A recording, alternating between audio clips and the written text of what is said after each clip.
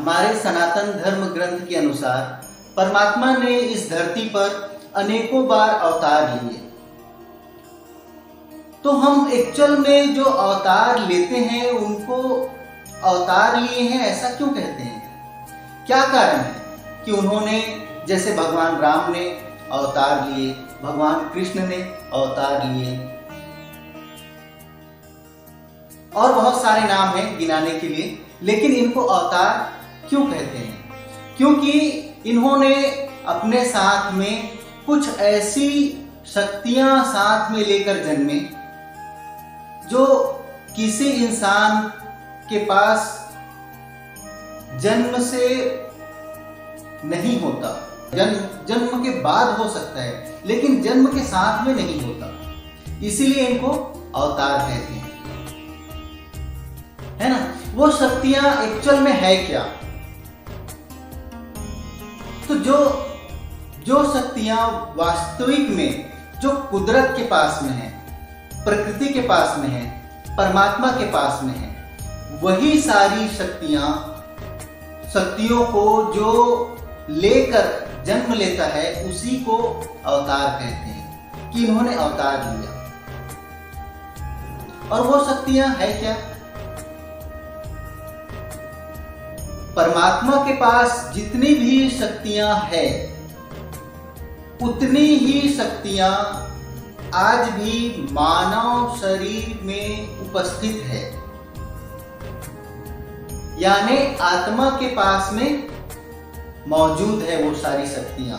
लेकिन आत्माएं ये नहीं जानती कि मेरे पास में ये शक्ति है, और नहीं जानती इसके वजह से वो किस तरह से उसका इस्तेमाल करेगा ये पता नहीं, या हो सकता है दुरुपयोग करता जा रहा है, ये भी पता नहीं। लेकिन हर आत्मा के पास में परमात्मा की शक्ति होती है। इसीलिए कहते हैं कि हमारे शरीर के अंदर तो आत्मा है। तो वो आत्मा क्या है? वो परमात्मा का अंश है, और जो परमात्मा के पास जो सारी शक्तियां हैं वो आत्मा के पास भी है। इसीलिए तो कहते हैं जो आत्मा है वो परमात्मा का अंश है। लेकिन आत्मा और परमात्मा में ये फर्क रह जाता है कि परमात्मा ये जानता है कि उनके पास में जो शक्तियां हैं वो क्या है और उसका इस्तेमाल कैसे किया जाए। लेकिन जो आत्मा है उनके पास में ये ज्ञान नहीं होता कि मेरे पास में ये शक्तियां हैं। हम हमारे चैनल के माध्यम से आपको एक अंधकार से दूर ले जाकर नर से नारायण कैसे बनते हैं इस प्रोग्रेस की तरफ लेकर चलेंगे। तो अगर आप हमारे चैनल में नए हैं या पहली बार देख रहे हैं तो सबसे पहले आप इस चैनल को सब्सक्राइब कर लीजिएगा, एक लाइक कीजिएगा और एक प्यारा सा कमेंट हम आपसे अवश्य चाहेंगे। तो जो परमात्मा के पास में एक्चुअल में जो शक्तियां हैं वो कौन सी शक्तियां हैं? जो मानव शरीर में कुंडलिनी शक्ति के नाम से प्रख्यात है। कहते हैं कि हर मानव शरीर में 7 कुंडलिनी शक्ति मौजूद है, और 7 कुंडलिनी शक्तियों का अलग अलग पावर है, अलग अलग शक्तियां हैं, अलग अलग क्षमताएं हैं। और ये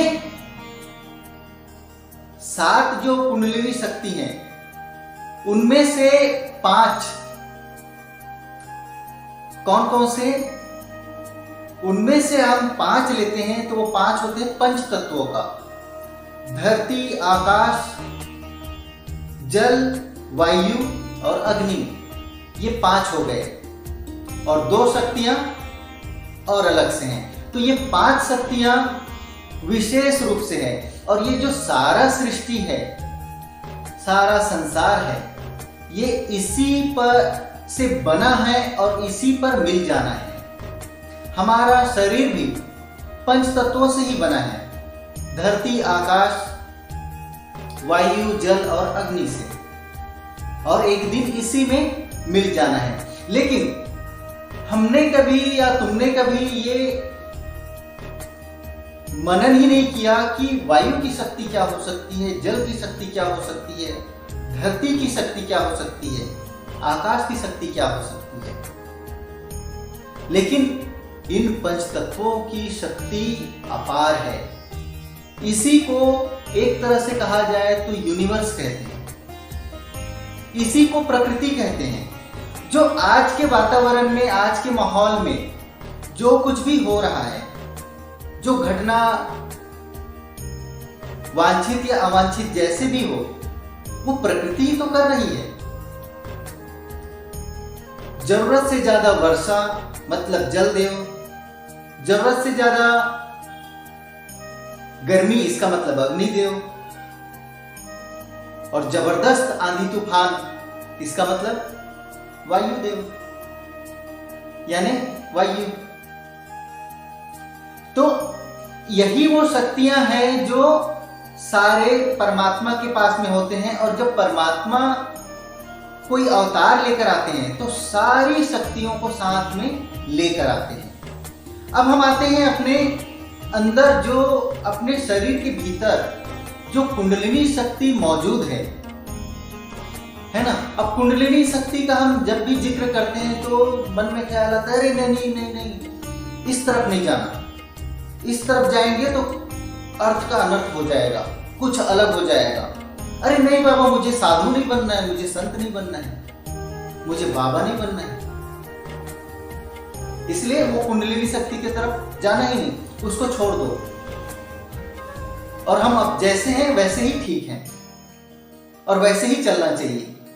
लेकिन आपको ये नहीं मालूम कि आपके साथ कुंडलिनी शक्तियों का कुछ अंश, सातों के सातों कि कुछ अंश एक्टिव है, जागृत है, जिसे आप नहीं जानते।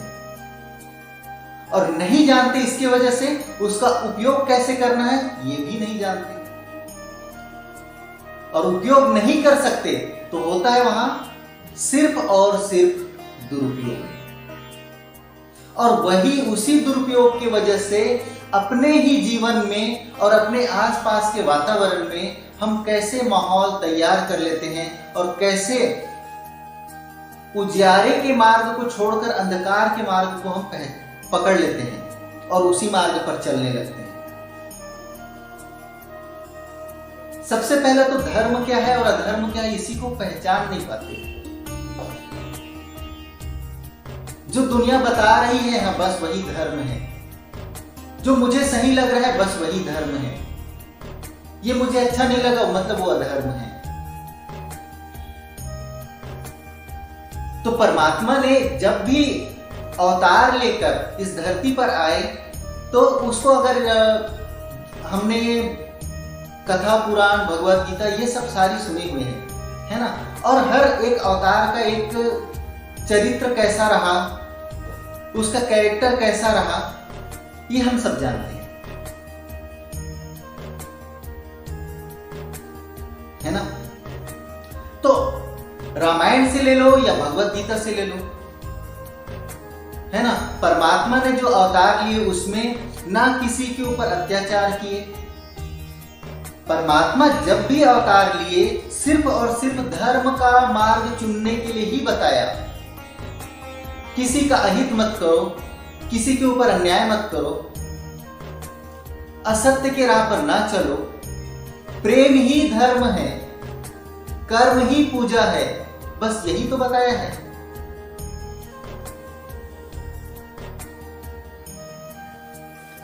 तो देखो, जब कोई इंसान इस रास्ते पर निकलता है कि कुंडलिनी शक्ति को जागृत करेंगे तो फिर मैं तो साधु हो जाऊंगा, संत हो जाऊंगा या और कुछ हो जाऊंगा, सिर्फ यहां तक ही सीमित रह जाते हैं। कारण ये है कि जब भी हमारे कुंडलिनी शक्ति के बारे में हम जानने का प्रयास करते हैं कि वास्तविक में ये कुंडलिनी शक्ति है क्या, मैंने भी बहुत सारी किताबें पढ़ी और बहुत सारे रिसर्च करने का प्रयास किया, वीडियो वगैरह देखे, अनेक ज्ञानियों से भी मार्गदर्शन लेने का प्रयास किया कि ये कुंडलिनी शक्ति है क्या। एक साधु बाबा आए, बोले कुंडलिनी शक्ति जब तुम्हारा जागृत हो जाएगा तुम परमात्मा के हो जाओगे, परमात्मा तुम्हारा हो जाएगा और तुम परम आनंद को प्राप्त कर लोगे। अरे बहुत अच्छी बात है, लेकिन मुझे यह समझ में नहीं आया कि ये परम आनंद है क्या। मैंने तो आज तक के महसूस नहीं किया ये परम आनंद है क्या। कुंडलिनी शक्ति जागृत होने के बाद में जो अपने अंदर ऐब है या था, जो घटना हुई है और जो होने वाली है या जो हो रहा है, वो सारा अपने आप दिखाई देने लगता है। तो इसमें परम आनंद कहां से आया? कौन सी घटना किस वजह से हो गई या कौन सी घटना किस वजह से होने वाली है, ये सब पता चल गया तो परम आनंद कहां? तो सबसे पहले तो अपने आप को ही, अपने आप के अंदर जो परमात्मा है, ये भगवान है, उसको पहचानना जरूरी है। उसे जब तक कि तुम नहीं पहचान पाओगे, मन के अंदर को ही मंदिर कहते हैं ना, मन के अंदर जो भगवान है उसी को अगर तुमने नहीं पहचाना और मंदिर तुम परमात्मा को ढूंढने जाओगे, खोजने जाओगे, तो परमात्मा कभी भी नहीं मिलेगा और कहीं नहीं मिलेगा। तो सबसे पहले तो अपने आप को पहचानना आवश्यक है। हमारा ये सत्संग और ये हमारा जो चैनल है, ये सिर्फ और सिर्फ आपको और आपके जीवन में एक परिवर्तन, एक नया कुछ लाने के लिए है। इसकी वजह से आपने, यदि ये पहली बार है आपका हमारे सत्संग में, सबसे पहले देख रहे हैं, तो सबसे पहले आप तो सब्सक्राइब कर लीजिए। और हाँ, यदि ये सत्संग अगर आधा अधूरा मिले, जैसे 10 मिनट 15 मिनट का मिलते हैं, इसका मतलब ये है कि इसका आगे और